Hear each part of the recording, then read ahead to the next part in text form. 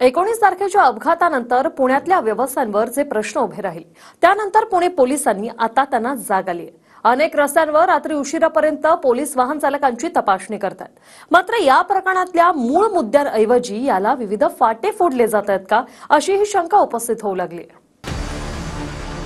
तपासाचा भाग म्हणून सर्व बाजूंनी पुढे सरकावं लागतं।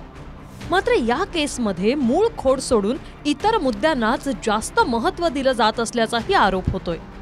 म्हणजे अल्पवयीन मुलगा दारू प्यायलेला असतानाही त्यावर ड्रंक अँड ड्राईव्ह कलम का लागलं नाही, त्यासाठी कुणाचा दबाव होता, बिल्डर पुत्राला त्या रात्री कुणी आणि कुणाच्या सांगण्यावरून पाठीशी घातलं, हा मूळ मुद्दा आहे।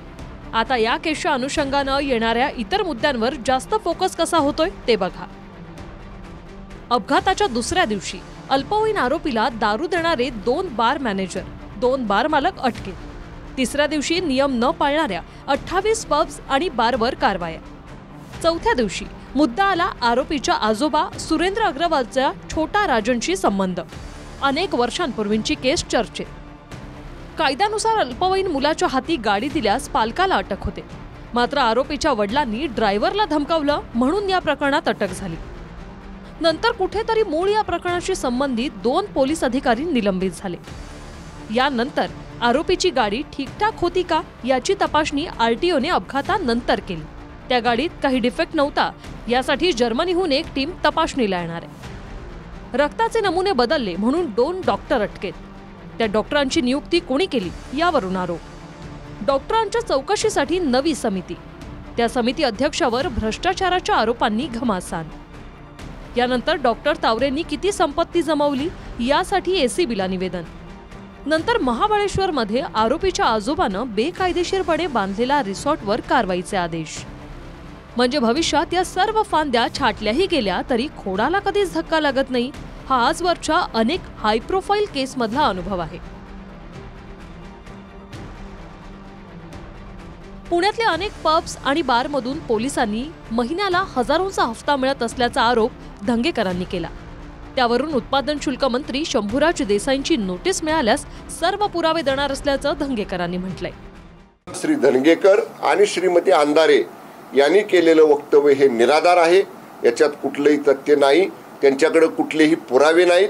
केवळ आणि केवळ स्टंटबाजी करण्याचा एक केविलवाना प्रयत्न आमदार धनगेकर आणि उबाटाच्या श्रीमती अंधारे या ठिकाणी करतायत। त्यांनी 3 दिवसात जर याच्या बाबतीतला खुलासा केला नाही तर पाठीमागे ललित पाटील केसमध्ये जशा पद्धतीनं मी कायदेशीर कारवाई न्यायालयामध्ये केलेली आहे तशीच कारवाई कायदेशीर त्यांच्यावरती या ठिकाणी केली जाईल। तेवढे पुरावे तुमच्याकडे उपलब्ध आहे? बघा, सगळे पुरावे माझ्याकडे तयार आहेत, त्यांच्या नोटीसची वाट बघतोय। म्हणजे नोटीस आली की तुम्ही तुमचे पुरावे बाहेर काढता? सगळे भंगच करतो ना, त्यांच्या हक्कात ते भंग करतो हक्काचे। म्हणजे की जरी नोटीस आली तरी कोणती कारवाईची तुम्हाला काही तमा नाही की बाबा? माझ्याकडे बघून वाटतं का तुम्हाला घाबरेल असं वाटतंय का? घाबरतील ते, मी सुरुवात झाली तर अजून त्यांच्यावर बोलायला सुरुवात नाही केली। ज्या दिवशी बोलन त्यांच्यावर तर ते मग मला घरी येऊन भेटतील, भाऊ आता बास झालं। तुर्तास ज्या रात्रीमुळे पुणे पोलिसांसह प्रश्न उभे राहिले त्या रात्रीनं पोलिसांना जाग केले। आता रात्री ठिकठिकाणी नाकाबंदी सुरू आहे। पुणे पोलिसांच्या ड्रिंक अँड ड्राईव्ह कारवाईमध्ये आपण पाहतोय की आलेल्या प्रत्येक या ठिकाणी चौकामध्ये वाहनधारकाची तपासणी केली जाते। आपण पाहतोय की मशीनच्या माध्यमातून त्या ड्रिंक अँड ड्राईव्हची चाचणी जी आहे ती केली जाते। जर कदाचित येणारा वाहनधारक पॉझिटिव्ह आला तर आपण पाहतोय की मशीनमधून अशा पद्धतीची चिठ्ठी जी आहे ती बाहेर पडते। आपण पाहतोय की ही रिसीट जी आहे ती पुणे पोलिसांकडून जो खरं तर पॉझिटिव्ह आलेला आहे त्याला ही रिसीट दिली जाते। आपण पाहतोय की त्याचं याच्यावरती नाव जे आहे ते लिहून घेतलेलं आहे की हा नेमका वाहनधारक कुठला आहे। यंत्राद्वारे चालक दारू प्यायला आहे की नाही याची तपासणी होते। अपघाताच्या दिवशी दारू तपासणीचं यंत्र होतं की नाही हा संशोधनाचा विषय असला तरी या घडीला पोलीस आवर्जून तपासणी करतायत।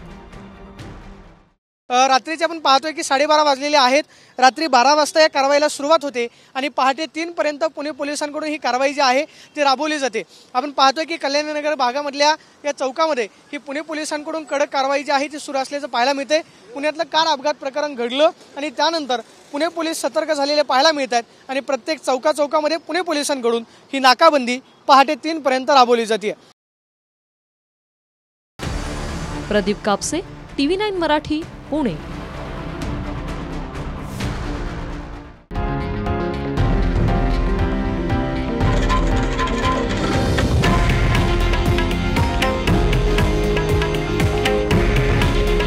हे आहे देशातील नंबर 1 न्यूज नेटवर्क आणि आपण पाहत आहात TV9 मराठी. काळजी तुमची, हित महाराष्ट्राचं.